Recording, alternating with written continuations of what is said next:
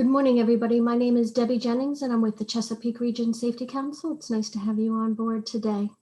I am the Director of Special Projects and Traffic Services, and this morning we are going to do a free webinar courtesy of the Chesapeake Region Safety Council in partnership with MTBMA. And we're going to start first with Michael Cicada of MTBMA. When Michael is done, he's going to transfer over to Adele Abrams of the Law Office of Adele Abrams. Thank you, Debbie. And obviously Chesapeake Regional Safety Council, MTBMA appreciates the partnership on these very important safety topics. As Debbie said, I'm Michael Cicada, President and CEO of the Maryland Transportation Builders and Materials Association, a mouthful. That's why MTBMA. We represent nearly about 30,000 workers and business owners in the transportation construction industry. A quick blurb about MTBMA: we promote and protect the needs of the transportation, construction, and materials industry. We exist to identify, address, and resolve problems affecting our contractors, producers, miners, all those things, and to make sure that their voices are heard in the legislative arena. I want to introduce everyone's favorite lawyer, associate safety professional, certified mine safety professional, and nationally recognized author, speaker, occupational mine and safety health issues, DJ, and much more. Currently the outgoing CEO of the Chesapeake Regional Safety Council and a member of and co-chair of MTBMA Safety Committee, Adele Abrams. Please, Adele, take it away. Thank you, Michael, and greetings, everybody. I really appreciate this many people coming out, especially on the Friday of a holiday weekend. And before you all go play in the sand at the beach, we're going to talk about sand, specifically quartz, crystal, and silica in the workplace, and some new developments. This is new information for most of you, I think, about what Emsha, which is the Mine Safety and Health Administration, and also Osha, of course, Occupational Safety and Health Administration, are doing with silica in terms of modifying existing rules and also some of their enforcement initiatives. So a lot to cover here, and starting out, with kind of rip from the headlines stuff, the regulatory agenda, the spring one, finally came out, and it literally came out on the eve of the summer solstice, but that's how they roll in DC.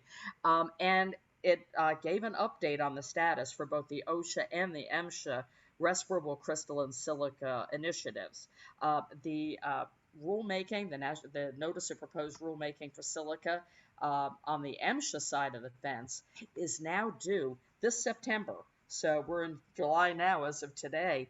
2 months from now, we could be looking at having to develop comments. And this is a rule that they're going to have, I think, on a pretty quick timeline, because they want to make sure that it is completed before there's perhaps any change of administration after the 2024 election.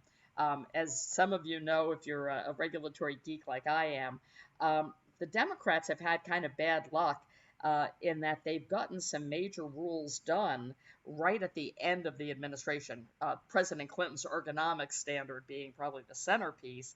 And when the power shifted at the next election, where you had a Republican-controlled Senate and a Republican president, they rescinded that ergonomics rule.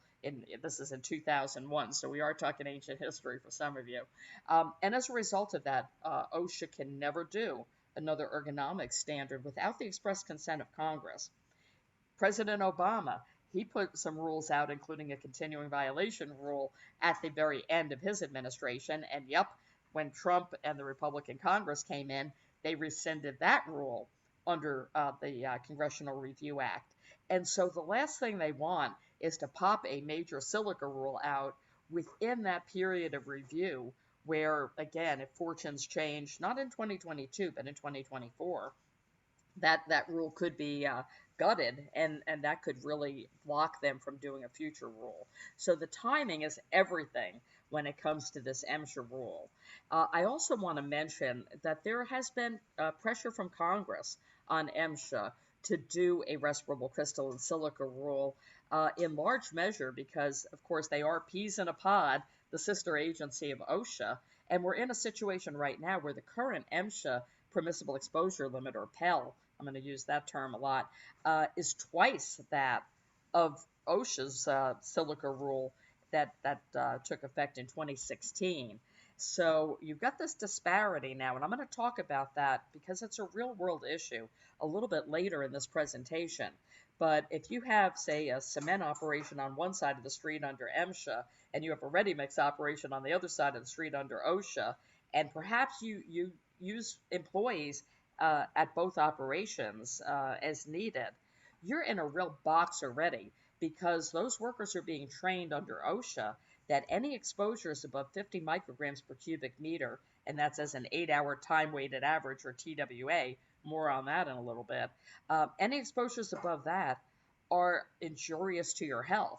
And so then they go over to the MSHA side of the fence, and they're being told that they can be exposed to twice as much as they've already been trained to understand can cause cancer and a bunch of other things, and we'll talk about that a little bit too. That is just crazy making for having any kind of coherence in your safety program. And it also stirs the pot up because the people on the MSHA side of the fence are like, wait, what? How come these guys over at the Ready Mix are getting all these other protections that we aren't? And so already, you've really got to think about how you're going to have a harmonized program that protects all workers equally. You can go beyond minimum compliance, but you can't do less than what the rules require, obviously. But having that situation where your MSHA regulated workers are second-class citizens when it comes to protections against silica, that just lays the groundwork really for all kinds of employment law actions, frankly, as well as workers' comp in the future, as well as, of course, complaints to OSHA and to MSHA. So, just at a high level, that is where we are. Why MSHA has to do a rule is because its limit is half of that of OSHA, and they don't have all of the other ancillary provisions in their rule that, again, OSHA adopted in 2016. The periodic sampling mandates, the medical surveillance program, the chest x-rays, just to name a couple of examples there.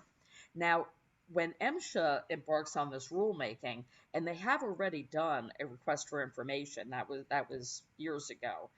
So we are at the proposed rule stage, minimum 30-day comment period, could be 60 days, most likely be 90 days. There may well be a public hearing on that, but then the stage after that is a final rule. And again, keep an eye on your watch, because they are going to be looking to finalize that rule, I would say, by at least the first half of 2023. It could, or excuse me, 2024, because the new administration, if there is one, would take effect in January of 2025. So that's the timeline to be watching there. Now, when it comes to doing a silica rule for MSHA, and I want to give a shout out to those of you who may be on the OSHA side, maybe you are contractors who do work at mine sites occasionally. You are going to be covered by this MSHA rule as well. So even if you are 100% compliant with the OSHA rule, you may get cited when you're at a mine site. So do listen up because of the dichotomy between the two. One of the big differences is that MSHA currently does not give credit for personal protective equipment, including respirators. So you could be wearing a spacesuit at a mine site, and if they do a sample that is over their current permissible exposure limit, which is 100 micrograms versus 50 for OSHA, you'll still get cited. They'll write it as unlikely to cause an injury, but it's still technically a violation. And that is, again, going to be one of the moving parts in this rule.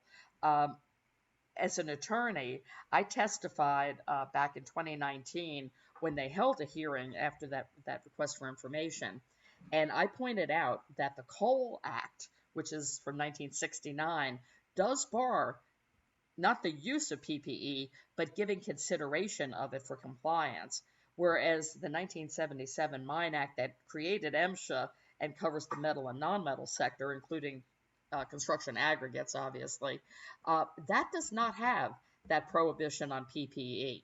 So technically, MSHA could borrow for coal, but allow consideration for metal and non-metal, and that in turn would allow them to use the OSHA Table 1, which for which the PPE is a necessary component. Those are the 18 tasks for construction that OSHA recognizes you cannot reliably manage silica down below the 50 microgram PEL.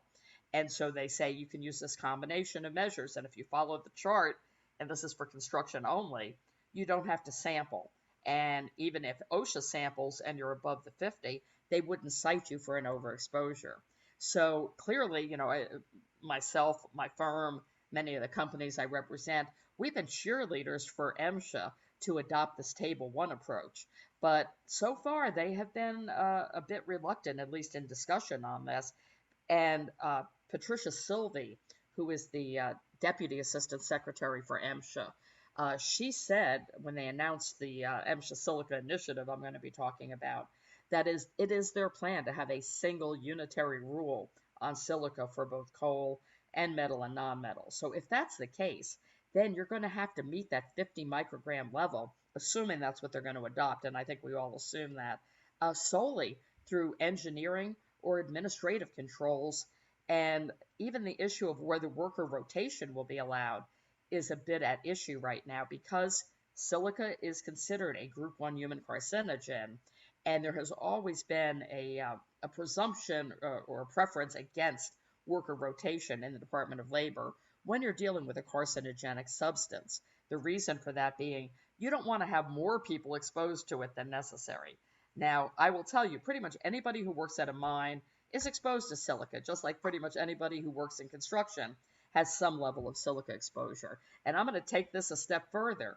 Every one of you listening to this right now has some level of silica exposure. Wait, what, you say? It is part of the Earth's crust. It is ubiquitous. There is silica in the air every place.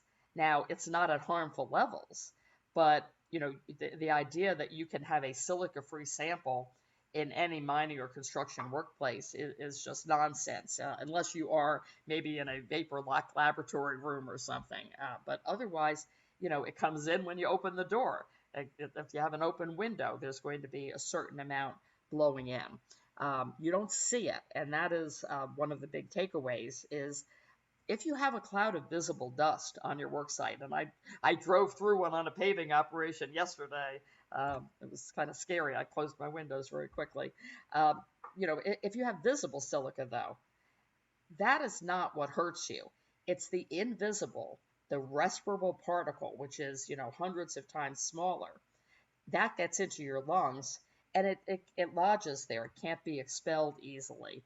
And so that is what sets up the basis for all of the different lung diseases associated with silica exposure. So just, to let you know, when you do go to the beach this weekend, you don't have to worry about lying out on the sand. Those particles are big. They might get in your bathing suit and be a pain in the butt.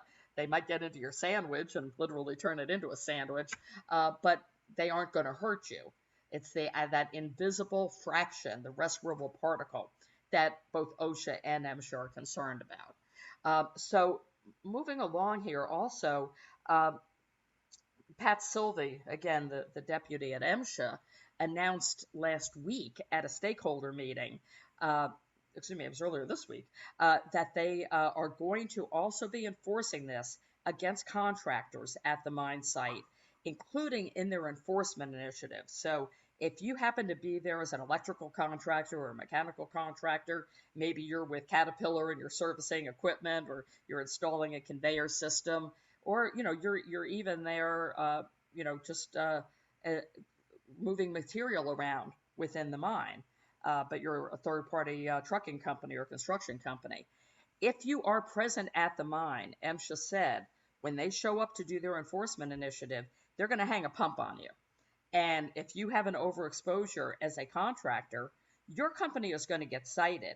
They may also cite the host mine operator, but you have that potential to be cited as well. And I should note, MSHA penalties are twice as expensive as OSHA. The current maximum MSHA penalty for a single violation is now $291,234. If you are a supervisor, including for a contractor, and you are aware that there are silica overexposures and you fail to uh, implement the appropriate controls, for example, or provide the appropriate respirators, you can be personally cited by Emsha and fined up to $79,000 in addition to any fines against your company. So Emsha, to recap, they have strict liability and they have warrantless search authority, but they also have mandatory inspections. So if you are doing work at a mine site, your chances of being caught up in an Emsha inspection are pretty high. They're there twice a year surface, 4 times a year underground, but then they do additional inspections, including the spot inspections that they've just launched under their Silica Enforcement program that I'm going to be talking about. So that program only got launched on June 10th. They are targeting first mines that have a history of overexposures in their own data. And again, if Emsha asks you for your sampling data, you have to give it to them. If they ask you for copies of workers' comp complaints associated with lung disease, you have to give it to them. If they ask for medical surveillance from your occupational health program, if they ask for copies of chest x-rays from your employees, you have to give it to them. What about worker privacy, you may ask? Well, that ship has sailed. The U.S. Court of Appeals held that Emsha is a public health agency, and so it is exempt from HIPAA, and therefore, even over a worker's objections, Emsha can compel the worker or the mine to produce their health records that are reasonably related to silica enforcement. And I will tell you, they are already asking for that. And when they ask for it, they can ask for 5 years worth of your records. That is what their statute of limitations is. OSHA, 180 days. Emsha, 5 years. So a big difference between the two agencies, as you can see. In addition to your own overexposure history, which they can compel by demanding the records, and they have that right under the provision, Section 103A of the Mine Act, they also will look if a company has had a history of silica overexposures, and if so, then that will target those mines as well. But they will capture anybody who is working there on that mine site on that day. So this is stone, sand and gravel operations, cement operations, as well as your more traditional coal mines, gold mines, other metal mines, salt mines, trona mines, potash mines, lot of commodities out there.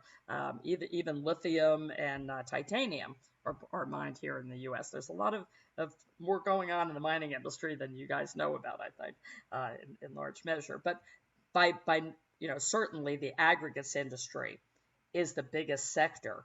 And because we just got this infrastructure funding, there's going to be a lot of new people coming on board and being hired who are going to be affected by this rule, including any medical surveillance programs that Emsha may adopt. So when they launched the Silica initiative, they also mentioned specifically that if you don't timely abate the citation, they will issue a 104B withdrawal order. That is similar to an OSHA failure to abate.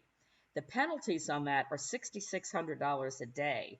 And I will tell you, again, just since they've kind of started with this, even before formally announcing it this year, they are being very, very prescriptive in terms of the engineering controls that they want to see for abatement of these. Emsha, can keep you shut down pretty much indefinitely unless you go to court to challenge the reasonableness of the abatement that they're demanding. OSHA is much more, I won't say hands off, but they leave it to the employer more to figure out how to get to the desired result. And with OSHA, if you are cited for silica and you can test it, the abatement clock stops until you are found guilty or you agree to accept the citation. With Emsha, the statute requires immediate abatement, even if you put the citation into contest.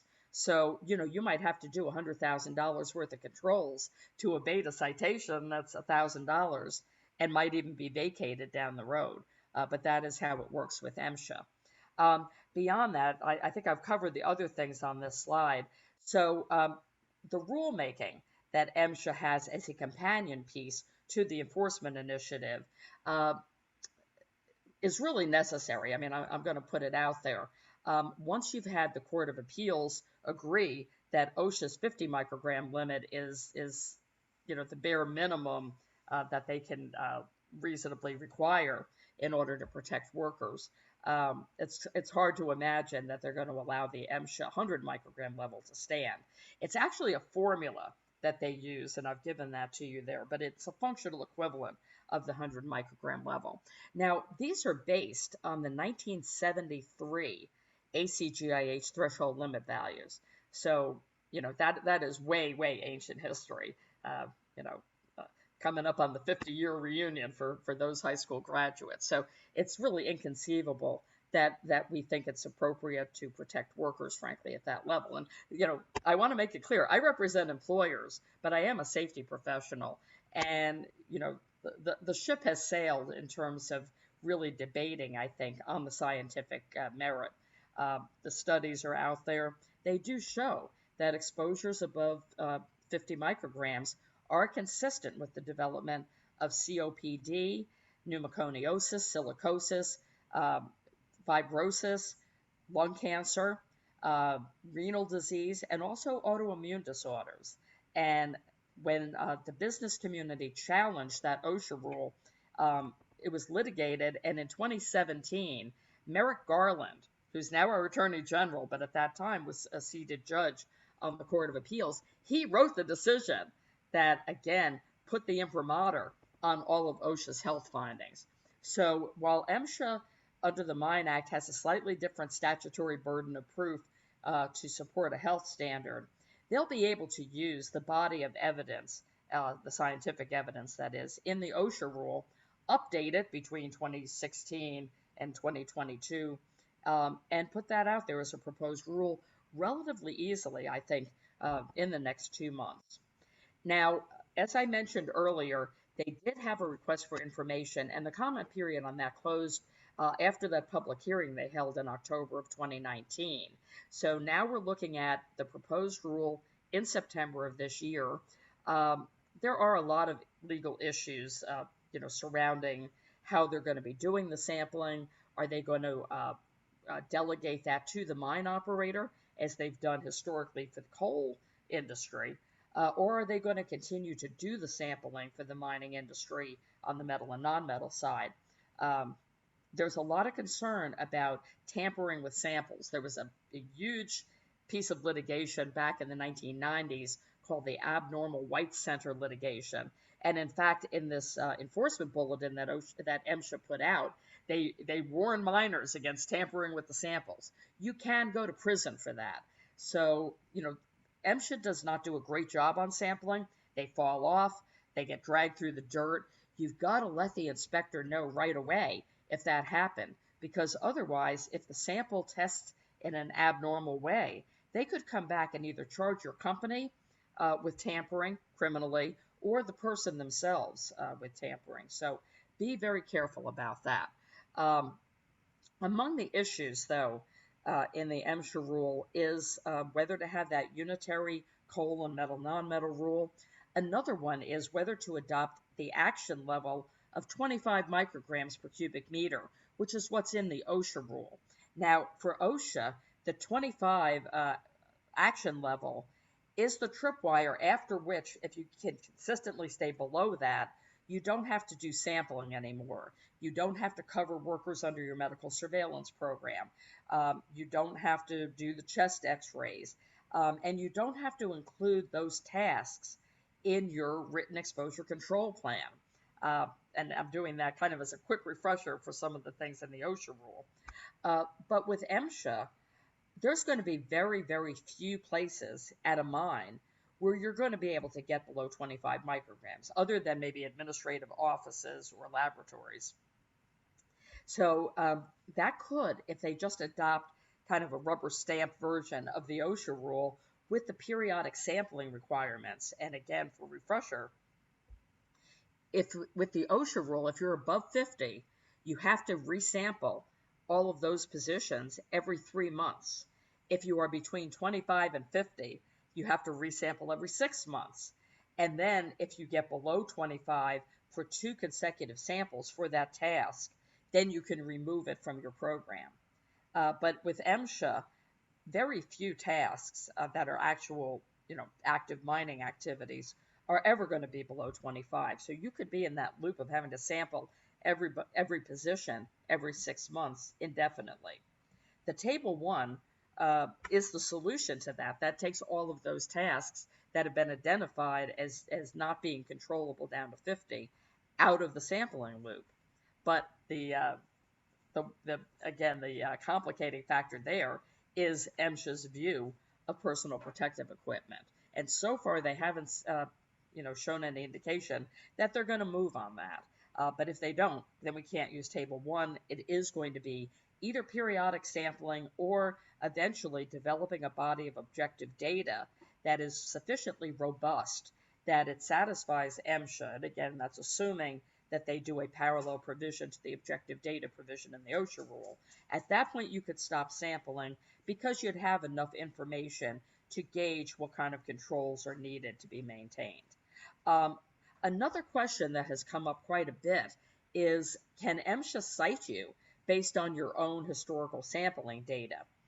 And especially now that MSHA has started asking clients of mine for 5 years worth of their past sampling data. Well, the short answer is no.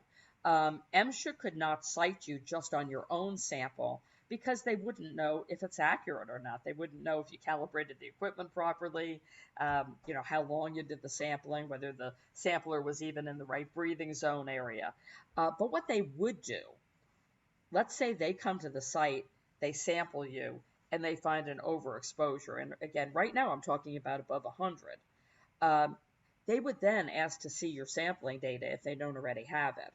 And if you yourself had recorded a history of overexposures for that task, then they could use that to show a pattern or practice, that's the term, of knowing that you had overexposure to silica. That would then in turn allow them to classify it as what MSHA calls an unwarrantable failure. It's the same basically as an OSHA willful violation. And that's when you get up to the $291,000 per citation. Also, if they sample a contractor at a mine site, both the contractor and the mine operator can be cited for that overexposure. And then another question is, what's going to trigger medical surveillance? We really don't know if they're going to do the same as with the OSHA rule, but with that, it's everybody over 25 micrograms, again, the action level, which would effectively mean everybody at the mine, except for probably your administrative personnel. So now they're all going to be getting chest x-rays, baseline initially, and then every 3 years. And this is, again, assuming they follow what OSHA's been doing. Well, there is another hinky aspect with MSHA. And by the way, again, this applies to contractors, because if you become injured or suffer an illness that is incurred while you're at a mine site, that gets reported to MSHA, not to OSHA. Well, MSHA, in their current policy, defines silicosis as a chest x-ray of 1/0 or worse, as read by an ILO certified B reader. That's kind of huge, because we have an awful lot of people who have lung damage from various sources that have nothing to do with silica. But with MSHA, it's a strict liability statute.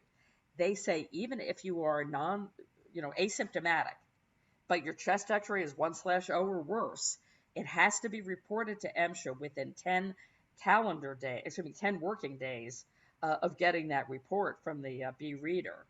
And it has to be defined as an occupational illness, poisoning. That all is public-facing data, though, in detail. Not the person's name, but the description of their illness. So unlike OSHA, which keeps the illness reports currently confidential, this is all retrievable if you put in the mine operator's ID or you put in the contractor ID. You can then pull up all of the MSHA health inspection data, and the details are there flagged in red in terms of overexposures, but then there's another link. You can go into health information, and it'll pull up all of the 7000-1 forms that you filed, going back to, I think, 1990, with the details that there was a miner who had or a contract worker who had a chest X-ray that was 1/1, and this is reportable, as a case of silicosis. That is going to make it much easier for plaintiffs' attorneys to do some happy hunting just on Emsha's public-facing data retrieval system to try to find companies that maybe have deep pockets and a history of silica overexposures. So that's a big deal as well. But currently, OSHA does not have anything that tripwires a report of silicosis. If you have a diagnosis of it from a doctor, presumably you would have to report that to OSHA, whereas this does not require a diagnosis. It does require a report based solely on the chest X-ray. So that will apply once, much more broadly once there is a silica rule that has a mandate for chest X-rays. Currently, if you're not doing it, there's no penalty with Emsha for not doing it, unlike OSHA. But, this falls into the no good deed goes unpunished category. If you're being proactive on occupational health, you now have data that Emsha can use against you. Doesn't make sense, but that's how it is right now. So the Msha Silica Enforcement Emphasis Program, this is what was announced on June 10th, has 4 components to it. The first, of course, is the inspections, and that is going to be a spot inspection at both coal and metal and non-metal mines. So that's in addition to the mandatory 2s and 4s. Anybody who is at the mine when they show up is eligible to have a pump hung on them. Now, what if you're a trucker and you were just there getting your truck loaded and you were going to take the material off site and not be back? They're likely not going to sample you. But if you're there doing trucking operations, moving overburden around within the mine, or maybe assisting with stockpiling or loading operations, yeah, you're eligible. If you're going to be there a full day, basically, for 8 hours, they're going to want to take a sample. Now, at mines that have had repeated overexposures to silica, they may come back every 15 days. Yeah, you heard me. Remember with OSHA, with their funding, they can currently get to every covered workplace once every 162 years. And Emsha's got enough resources, they can come back at you every 15 days. So again, every time they come back, they can look for new hazards. They may decide to do additional sampling at that point. Now, when they have overexposures above the 100, they're going to require that abatement. They will issue a withdrawal order if you do not abate it within a timely period. What does withdrawal mean? That means they shut your whole bagging operation down. They withdraw everybody. Or maybe you have a leaky conveyor system. They'll shut that down. Or maybe they see a lot of dust and people who are working around your loadout area are being overexposed. They'll shut that down. And then they'll keep coming back. They'll require you to resample, make additional engineering controls, keep tweaking it, until you finally get below that 100. Then they will terminate the citation. But if they're not satisfied that you're making incremental progress, that's when they can hit you with that $6,600 per day penalty. So that adds up quite a bit. Now, in coal mines, if there are any coal people on here, we do have some coal mines, obviously, within Chesapeake Region Safety Council's parameters. They're going to be looking at your dust control plans. They're going to be looking at your mine ventilation plans. They're going to be making you make changes to those. And those plans on the coal sector have to be approved by Emsha. There are no surface plan requirements currently. There likely will be, of course, when they adopt a rule. But just that is a little nuance there. And then they're going to keep sampling miners in those tasks, those activities, those pieces of equipment where they have found historical overexposures or current overexposures in Emsha's sampling activities. So it might be a loader operator. It might be, people who are plant operators. They're shoveling around the conveyors, perhaps. It could be, there's a lot of issues in the bagging operations because those are enclosed. And older plants, there's a lot of leaks in the system. And you may have gotten it to where you can consistently be below 100. But I'm telling you, you're going to have to do some heavy freaking lifting to get those down below 50. Time to start working on it with your engineers is yesterday because we have supply chain issues. I am running into that even now at 100 micrograms with mine operators where they can't get the parts. They can't get people to come in and do the repairs. And, when you've got a meter ticking at $6,600 a day, that's a pretty big deal. Beyond that, for underground mines, as I said, the Emsha district managers get to approve the plans that are there. And they can require additional retooling of things if they're not satisfied with the work you've done. So that's all in the inspection mode. Now, what about sampling? Emsha is planning, and this is in advance of the rule, mind you, they're going to be collecting samples from any occupations that are known by them to have a high risk of overexposure. And for metal and non-metal, they specifically mentioned overburden removal, but there are, many other tasks that are eligible for sampling.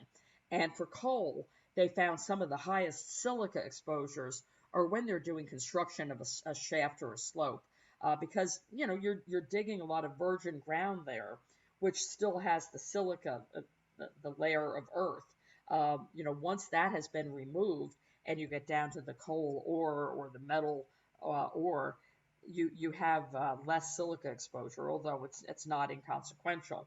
And I will say the coal industry has another complication, which is historically they've used limestone dust, rock dust, to suppress the explosive nature of the coal mine dust. And so they sprinkle this stuff around to keep, to tamp down basically the coal dust from keeping that from getting into the air and maybe igniting.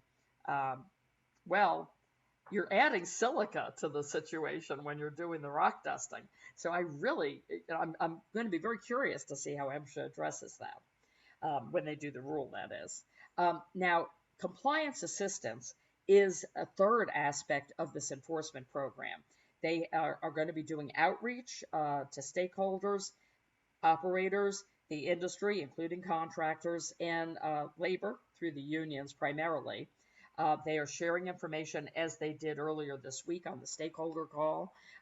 They're doing work through their state grants program.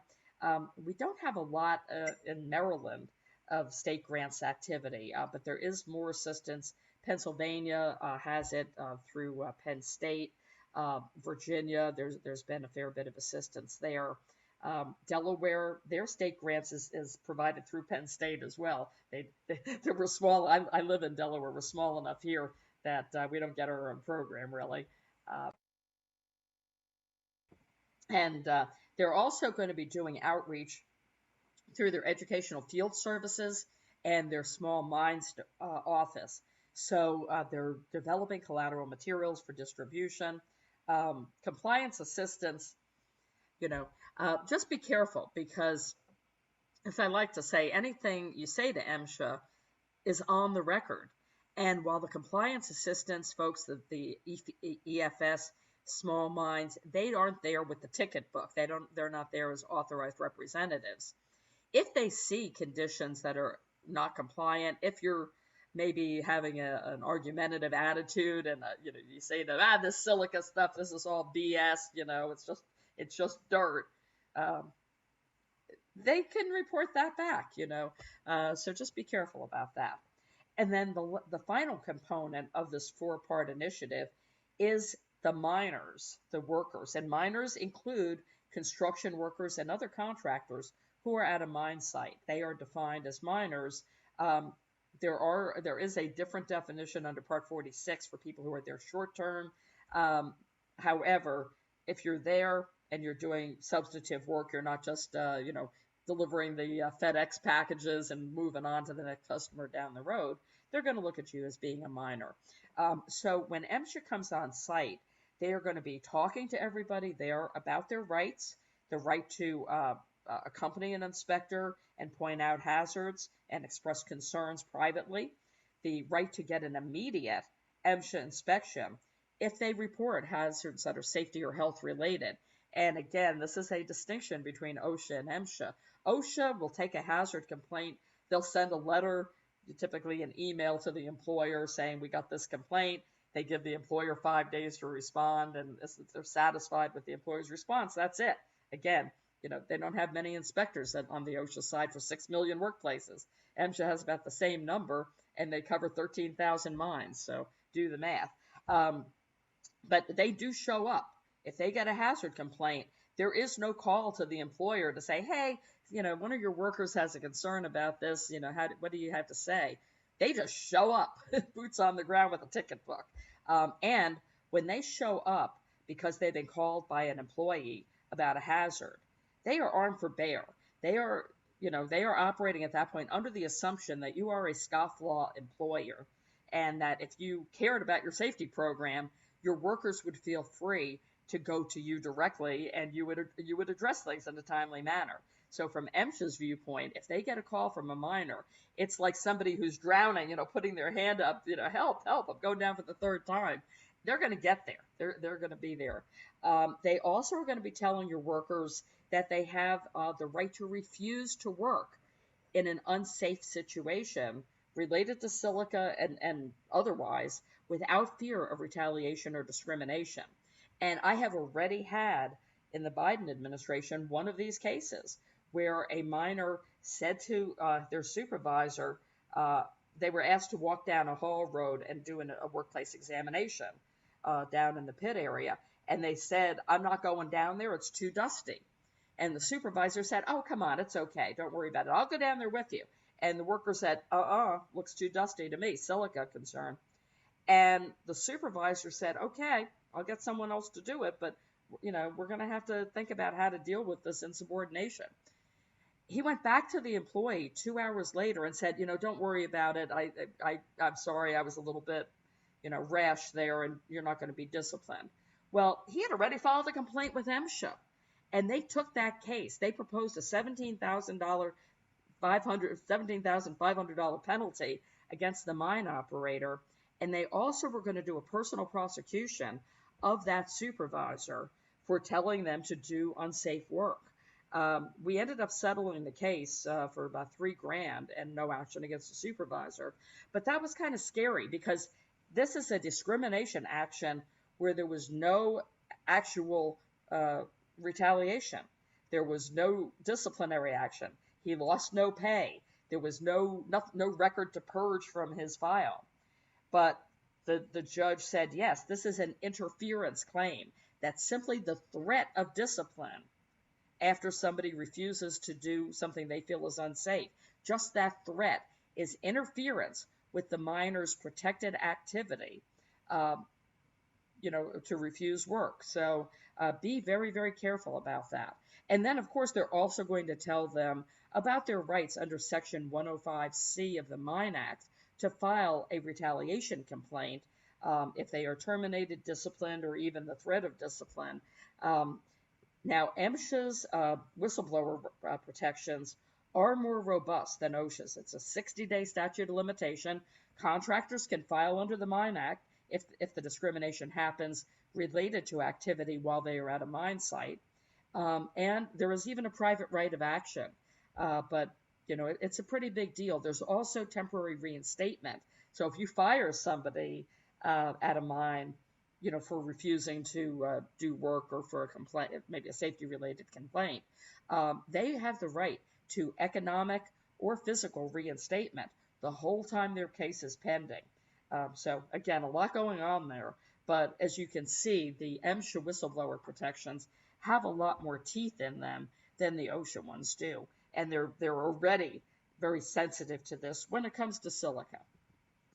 So moving on here, I also wanted to note that right at the end of the Trump administration, the U.S. Department of Labor's Inspector General issued a report that said Emsha's current exposure limit is grossly out of date. And they said that when adopting those 50 microgram per cubic meter limits, that is the lowest feasible limit. They're not saying it's the safest. You could still develop illness even at 50 micrograms, but OSHA found that it wasn't feasible to require employers to maintain levels below 50. So the Inspector General also said that lowering the silica limit would be a major factor in preventing coal worker illness. Of course, this covers all miners, not just coal workers. More than 3 times as many coal workers, though, were found to have black lung in a study covering the period 2010 to 2014 versus back in the 90s. Now, how can that be? You may be asking. Don't we have better controls now? Don't we know more now? The answer is yes and no. Yes, we do have better controls. Yes, when we use them, purify, the pappers, for example, could be worn. But here's the nuance. In the coal, and I will add, in certain metal mining industries, they've adopted since the 1990s, and this I think is responsible for some of the change, continuous longwall machines, which scrape the dirt along with the valuable ore. And it's generating, because it's this automated process, it generates a lot more respirable crystalline silica into the mine environment than people who were doing this with shovels or the old Snow White and the Three Dwarfs approach to mining. So this really has made a major change, and what they are finding is younger workers are developing acute silicosis. They're going from 0 to having to use oxygen in only a few years, rather than it being that kind of lagging case where you really did not develop disabling silicosis or pneumoconiosis until you have been working in the industry for maybe 20 years or so. So that is we're having workers who are being disabled permanently at younger ages in the mining industry. And that was one of the findings of the Inspector General report. And I'm just going to add a little side note here, because I saw this recently. It blew my mind, but it's related to this. They did a survey on mental health in the mining industry, and 30% of coal workers reported that they had considered suicide in the previous year, and it was related to their disabling lung conditions. They see their fathers, they see their uncles walking around unable to breathe with their oxygen tanks, and it's not a laughing matter. It's serious as a heart attack, seriously. And they see that that's the fate for themselves. So when they are diagnosed with a bad chest x-ray, and they know that they're going to have just, crapola quality of life, that does tend to increase the suicide rates. So just something to kind of bookmark for yourselves. We're going to be having a lot more metal and non-metal miners getting chest x-rays for the first time as a result of the Silica Rule. Is it going to have a similar impact on their mental health? Just something to keep in mind.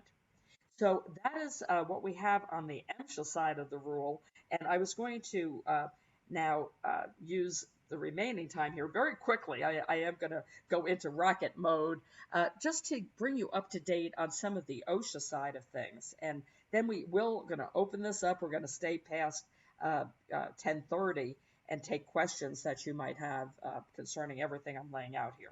So I've given you a little bit on the OSHA rule to give you what is required by the OSHA rule. We'd need another 90 minutes, and we don't have that here today, obviously. But just a few highlights. First of all, the rule came out March 25th, 2016, Federal Register. It was over 600 pages long.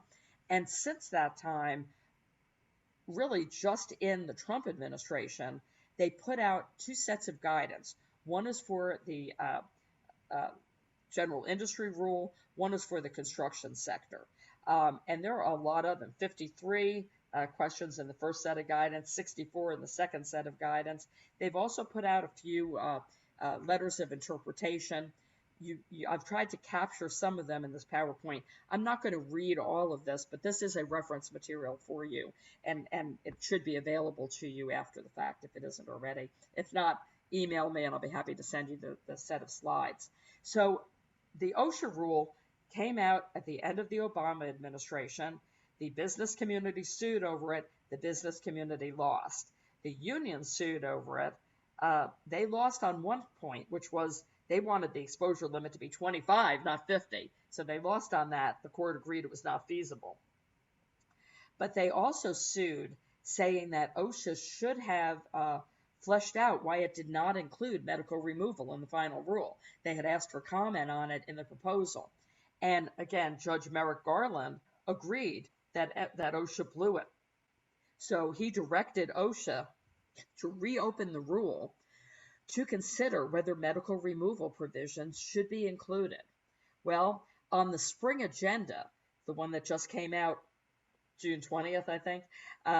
They say that a notice of proposed rulemaking to reopen the OSHA Silica rule is due in May of 2023. But they say it's only going to address the issue of whether to include medical removal in there. Now, whoa, wait a minute. The last agenda, which was, kind of the carryover from the Trump administration, that had also said they were going to reopen Table 1 for construction to add additional tasks. That isn't on the current agenda. They also, back even before that in the Trump administration, they were saying they were going to reopen the general industry rule to consider whether to allow general industry, like ready-mix concrete, for example, or precast concrete, to use the construction Table 1, which currently they can't. That's not on the reg agenda now either. So, they are doing a narrow rifle shot approach just on the medical removal provision. Well, what does that actually mean? Is that anything to be concerned about? The answer is yeah, big time. Now, medical removal, some of you may know what that means, some of you don't.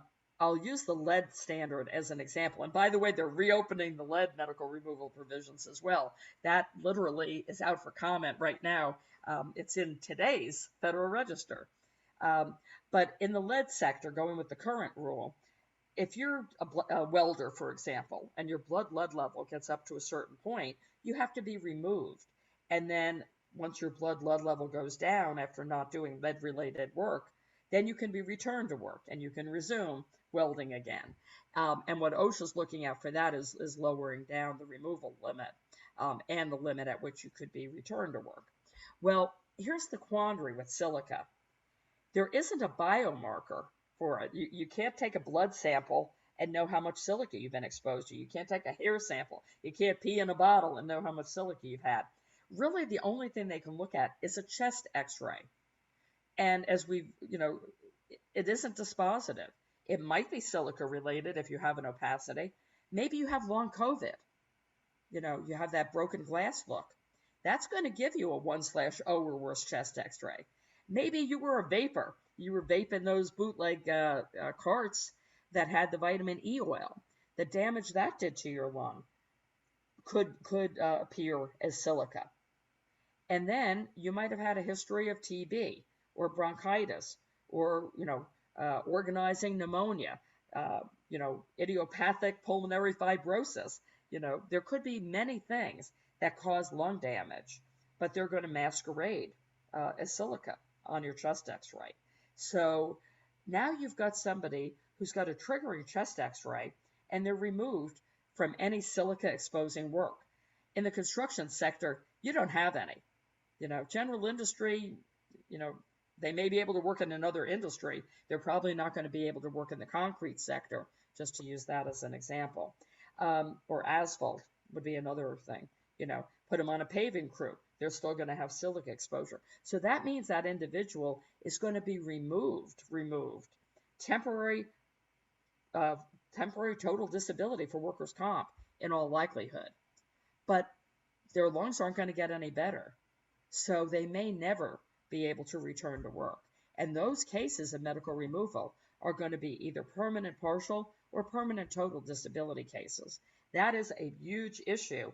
And how OSHA addresses this medical removal is going to be very, very critical. I mentioned the litigation was upheld. The court did find that 50 microgram level would reduce a significant risk of material impairment or harm. They found it was technically and economically feasible, and they found that the rulemaking procedurally was sound.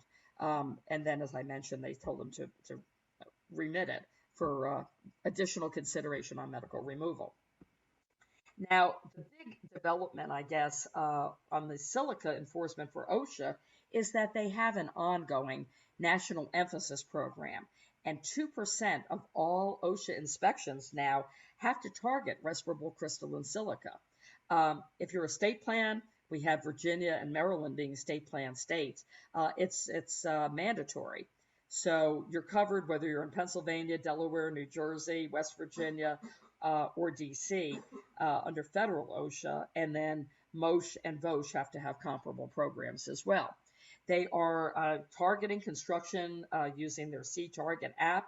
They're also doing drive-by shootings, as I call them. If the inspector is driving by, and like I saw yesterday on this paving job near my home, huge cloud of dust and workers in there not wearing protection, they're going to open up an inspection right on the spot. There is a CPL, I've given you the name of, showing how they're going to schedule this. And they also have a list in this emphasis program. Again, I've given you the link, so you can tell which construction operations are being targeted by the industry. Now, if you were on the list, let's say you're on the general industry side, a precast concrete operation, and you were already on their site-specific targeting list based on your injury data that you submit under Part 1904 electronically.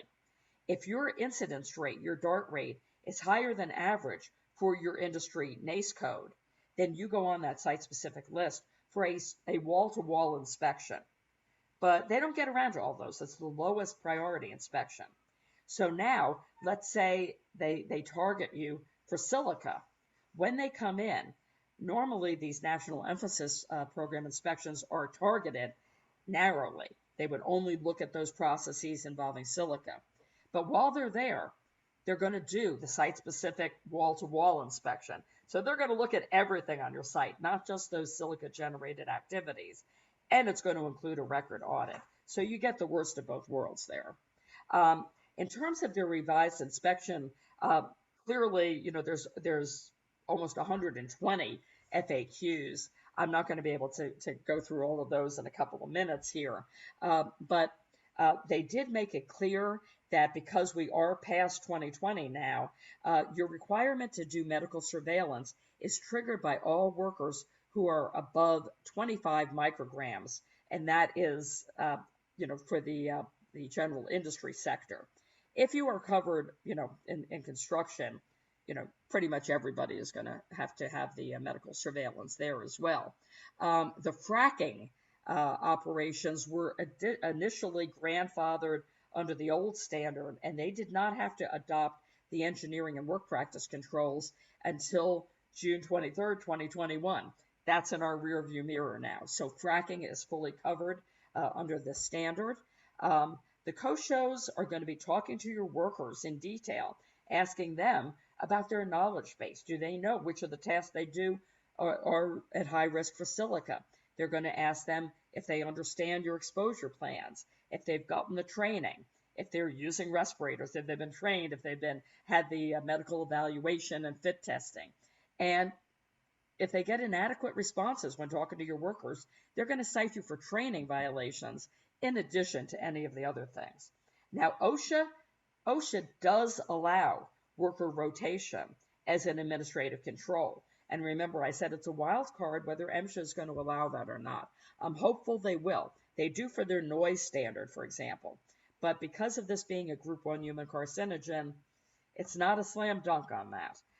You also have the medical record retention requirements under OSHA Part 1910.1020, which means you have to keep sampling results and your medical evaluation, your medical surveillance records, including the chest x-rays, for the period of employment plus 30 years. That's a lot of records. You have to make them available to the workers upon request and also to OSHA upon request. And they also said it's pretty much a de facto serious violation if you have a silica overexposure. That'll be on the Emsha side of the fence as well. Another thing, when OSHA shows up, they're going to be ready to start sampling that day. That is a big protocol change because typically they would do a safety inspection first, and then if they saw things indicating that you had noise or dust overexposures, they would refer that back to their field office, their area office, to open up a health inspection. But now, if you're on that list, they're going to be hanging pumps when they show up. They're going to be reviewing your records. They're going to be reviewing the exposure control plan, your respiratory protection records, including medical evaluations and fit testing, and the HAZCOM program, because any silica-containing materials that your workers use, you have to do the training and follow HAZCOM, safety data sheets, the warning labels on the packaging, and also documented training. You have to use engineering and work practice controls to keep reducing your levels as far as you can until it is no longer feasible to go any further. And then you can supplement it with worker rotation or respiratory protection. For Emsha, it'll likely be the same, except they may not allow the respiratory protection or worker rotation. So you may be in a continuous loop of having to constantly implement more and more engineering and administrative controls. We'll see what that looks like when the rule comes out. They also put out new inspection protocols as of June of 2020. And again, this is kind of summarized here. We've talked about some of this already. And then the training pitfalls, the written exposure control plan. Remember, you have to list all of the specific tasks in your workplace that have exposures above 25. That's the action level. You have to list what your controls are going to be: engineering, work practice controls, and respiratory protection. That has to be administered by a competent person. You're also going to have to train your workers on the content of the rule, their tools and equipment, and how to maintain it according to the manufacturer's instructions with respect to minimizing dust emissions. They're not looking at whether you're replacing your seatbelts every 5 years. OSHA's only focused on what the manufacturer recommends for maintaining the dust controls. And of course, all of this is going to be triggering that medical surveillance. Beyond that, OSHA is going to look at your exposure control plan. If you are under construction table 1, then you don't have to sample. If you have tasks that fall outside table 1, they're going to look at your sampling data as well. General industry, there is no table 1, so you're doing sampling for all of your tasks, as I mentioned before. Now, they do recognize that if they see small amounts of dust, that's normal. That's not going to automatically be a violation. But if they're watching and as you're doing your process, they see dust increasing, that's going to indicate a control failure, and you can be cited for that. And if you're not following your own written exposure control plan, then you can be cited. Medical surveillance, we kind of talked about most of this already, and in the interest of time, I'm going to move through it because I think most of you are aware of this if you're under OSHA already. On the construction side, they did recognize that many common construction tasks are going to be outside of the scope of the standard. Wait, what? Yeah, because they are wet processes, or you're only doing them for 15 minutes or less per day. So if you can categorize some of your tests as falling within that umbrella, then you can take them out of your written exposure control plan. But otherwise, everything is going to have to be in there. Another thing that in Table 1, what's not truly clear is many of the tasks, it says if you're doing it outdoors or you're doing it for less than 4 hours, you don't have to wear respiratory protection. Well, OSHA clarified that you can ballpark that. You don't have to be tracking the exact number of minutes for each worker, but you have to make a good faith judgment. And if you think a task is going to go more than 4 hours, you have to start wearing the respirator from the beginning. You don't go barefaced for 4 hours and then slap the respirator on at 4 hours and 1 minute, okay? A lot of people are doing that wrong. And also, they made it clear that handheld powered demolition hammers are included along with the other saws in Table 1. So that was another clarification. They also said that you don't have to have a new written exposure control plan for each unique job or work site. You can have one that's kind of overarching as long as it does cover all of the assigned tasks for that work site and the workers are trained on it. But if you have additional tasks there on your plan that aren't being done there that day or on that particular site, that's okay. But again, make sure your workers are trained. The medical surveillance, you have to, in construction, offer the initial exam within 30 days of being hired, unless they have had an exam within the previous 3 years at another employer. You can use in-house healthcare providers, and also the employer can get the information from the exam if they're getting it from other means, such as workers' comp.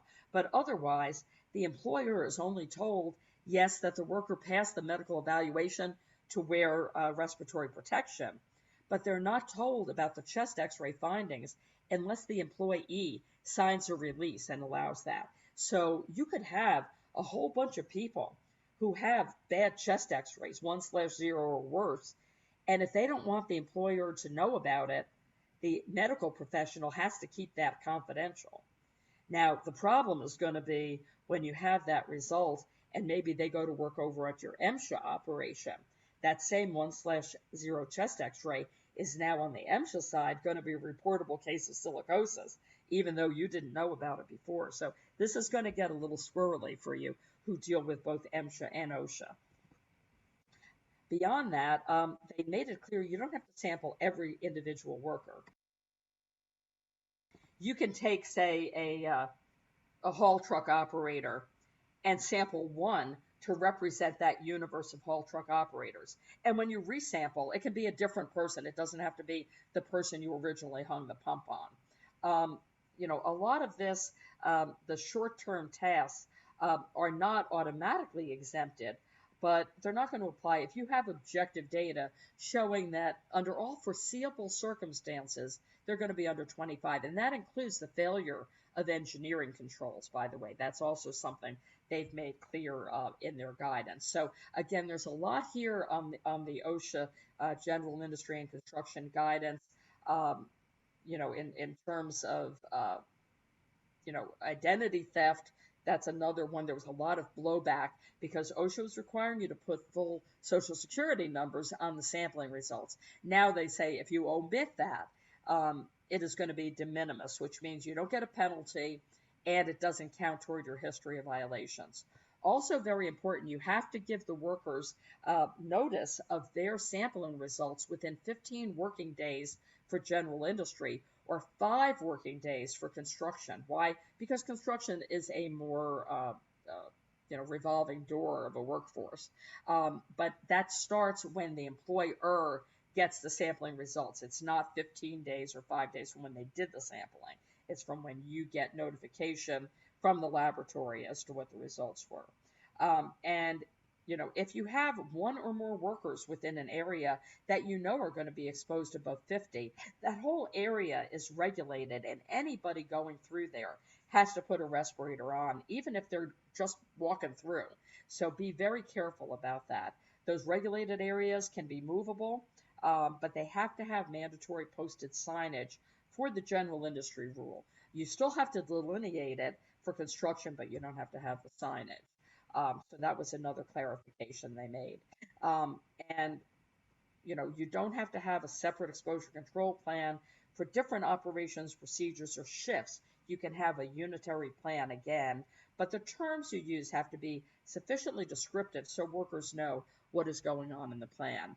And going back to the top bullet there, they do allow worker rotation, but they warn you that if you bring in more workers in order to lower the exposures, that may subject more people to having to be enrolled in your medical surveillance program, be subject to the chest x-rays, and potentially be subject to medical removal once that provision gets added to the rule. If it does, OSHA may say, look, we recognize there's no biomarker, and that's why we left it out of the final rule. And then if the unions sue over it again, it'll be up to the courts to decide whether that was a valid decision on the part of the agency or not. So that issue of medical removal is going to be in flux for a number of years. But the more workers who get medical surveillance, the more workers potentially subject to medical removal on either a temporary or a permanent basis. So to wrap up here, the Emsha rule is likely to look very much like the OSHA rule, except with a lot more strict scrutiny under strict liability and warrantless search authority. Emsha is going to be doing their sampling, but they're also going to be pulling your sampling data to help build their database and use that in the rulemaking, I think, to show that there's a real need for this rule. The data that they sample is public facing. The data they get from you, right now, they don't put that up on their website. But how they're going to use that data in the rulemaking is another wild card question. They can use, if you have a history of overexposures, both on the OSHA and the Emsha side, let me add that, and you don't do anything about it, they can use that to sustain willful violations. Also, there is already workers' comp liability for mine operators who have histories of exposures above 50, even if you're compliant with Emsha and you're below that 100 level. And I've had 3 cases now where clients have had retired workers come out of the woodwork saying, hey, I've got lung cancer and it's due to silica exposure on your mine site. Well, if you have silica sampling records for that worker that show they were exposed above 50, you're going to own that case. So, try to get stuff down below 50 now to the extent that you can. And another issue, I think that is another wild card, is workers with long COVID who have compromised lungs now. Are they going to be at greater risk for accelerated silicosis or conditions related to silica, the pneumoconiosis, etc., that are maybe going to have them having to retire on disability at younger ages than we have been seeing historically? So be proactive. If you have mixed OSHA and Emsha regulated operations, my recommendation is try to protect your workers at the mine site using the OSHA standard now. Don't wait for Emsha to regulate or for even further final OSHA changes to take effect. Be proactive on this. So thank you so much. I know I ran a bit over, as I am wont to do on occasion, but let's turn it over and see if we have any questions. I don't see any open ones in queue, but I know you were going to open the phone lines here, so people can let me know if they have any questions. And we do have quite a few people still on. So yeah. So if anybody, for housekeeping, if anybody wants to, in the lower corner there, click the chat and chat your question away, or pop it in the Q&A, or raise your hand. Who wants to ask it? And keep calm and carry on. And while we are transitioning to those questions, if they should occur, again, this is Debbie Jennings with the Chesapeake Region Safety Council, and I'd like to let everybody know that is attending or viewing this webinar later that all of the webinars that we've done in the past are available on Chesapeake Region Safety Council's website and our YouTube channel. There will be another free webinar with OSHA representatives in a panel discussion on heat stress. It is going to be held on July 22nd and will be free. These webinars are found at chesapeakesc.org/safety webinars, and it is also available on the main screen of our homepage. When you log in, you'll see that that's an available registration. And thank you very much to Adele, the law offices of Adele Abrams and Maryland Transportation Builders and Materials Association. Let's see if there are any questions. There's nothing in writing, but as we open the phone lines, I just want to stress that OSHA also has a heat illness national emphasis program going on right now, and they are being very aggressive. We're having, extreme temperatures, so do try to catch that panel presentation. It's going to have a lot of valuable information, and it may save you a bunch of money in OSHA citations. So any questions out there? Come on, you got a free shot at a lawyer here. I guess the first question was very informative. Where can they get a copy of the MSHA proposed standard?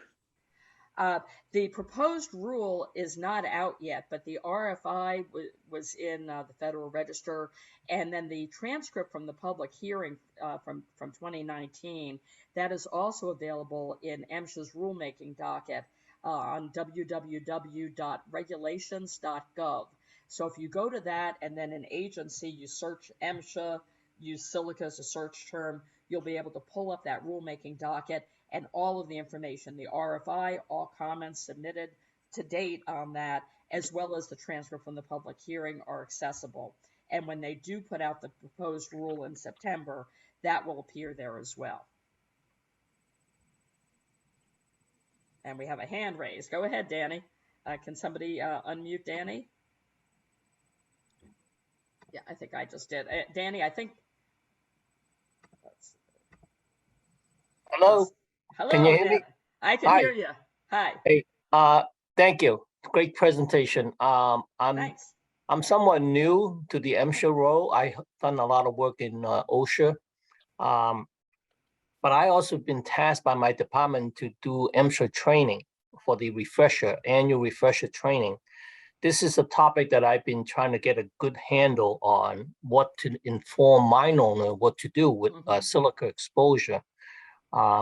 There's tons of good information there. I'm trying to take as many notes as I can, but what I would like to do is want to ask you, if a mine owner really wants to find out what their exposures are, do they have to go and hire somebody, or is there somebody on staff at Emsha that could do that for them for sampling?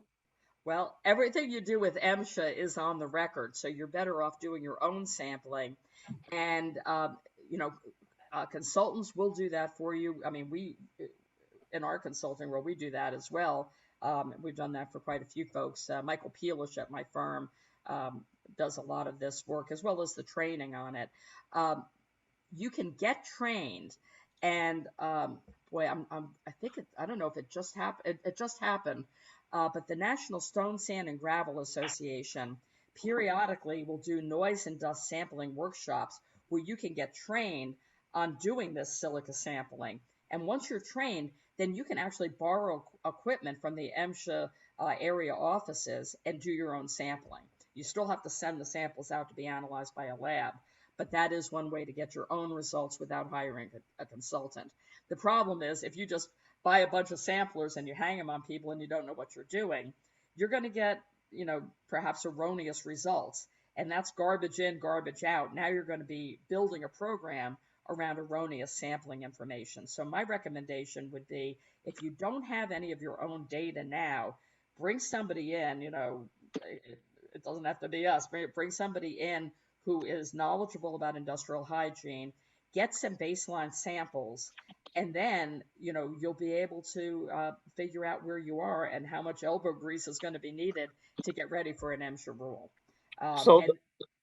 Go ahead. You can even, I mean, we've done this. We have people from the companies observe us and kind of, you know, tag team, so they see how we're doing it, and that gives them a little bit of boots on the ground training, so they know how to pick which tasks need to be sampled, where to hang the samplers, the fact that you have to go back and check and make sure that they're still running right, make sure that the worker is doing the representative work and they didn't go sit in their car smoking cigarettes for 2 hours. You know, all of those things. You want to have not only a lot of sampling data, but it's got to be sound data, you know, because if people are playing games with their samples, you're going to waste a lot of money building programs you don't need, or conversely, maybe thinking you don't need any programs, and then when the feds come in and they sample you, they're going to go, you were wrong, and it's going to really cast you know, a bad light on everything that you're doing from an occupational health perspective. So the person that's doing the sampling, do they have to be a CIH, or can they be just somebody that's a qualified person? Yeah, qualified is really the better approach. They should have the training, education, experience commensurate with doing the task. But no, there is no requirement in the OSHA rule, nor will there be one in the MSHA rule to be a CIH. I don't think MSHA has any CIHs in their agency currently, at least certainly among their inspectors, they don't. So. Okay.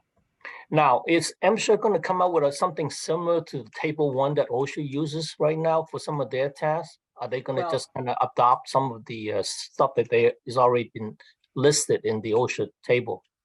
Well, the quickest way for them to do a rule would be to take that approach. But as I said, the key stumbling block is that MSHA currently does not give credit for PPE.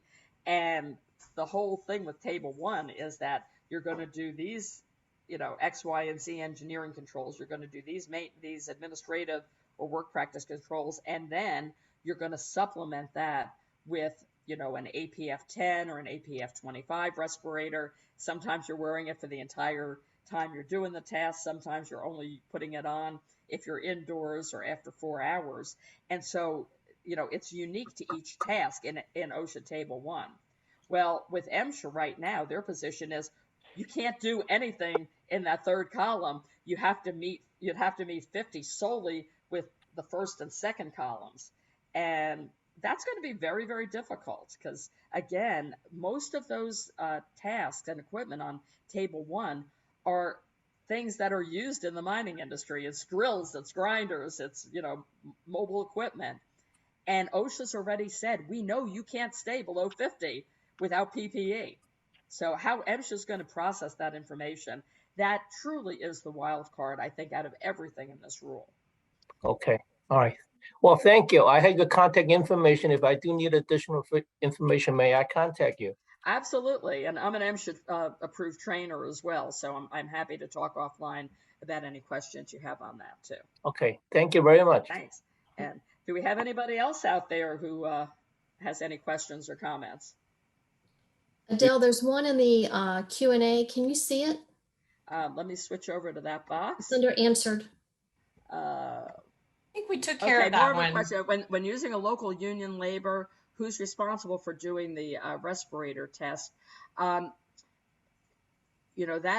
is something really that you can negotiate. A lot of the medical surveillance can be done by the union at the hiring hall. And then, as I said, for medical surveillance, if they've had it within the previous 3 years, you don't have to do the baseline on hiring. For the respirator, fit testing and medical evaluation, however, that can be done by a third party, but it has to be done on the make and model respirator that will be used in the workplace. So maybe the union does this on an MSA respirator, and then you get to the work site and they're using 3M. You're not going to get credit from OSHA or MSHA for those fit tests. Okay. And that's all I see. So I guess last call here. Do we have anybody else who has any questions? All right. I think we're wrapping it up then. Okay. Well, thank you again, everybody so much. for attending. Thank you. Thank you. Be well. Stay safe. Thank you, everybody. Thank you.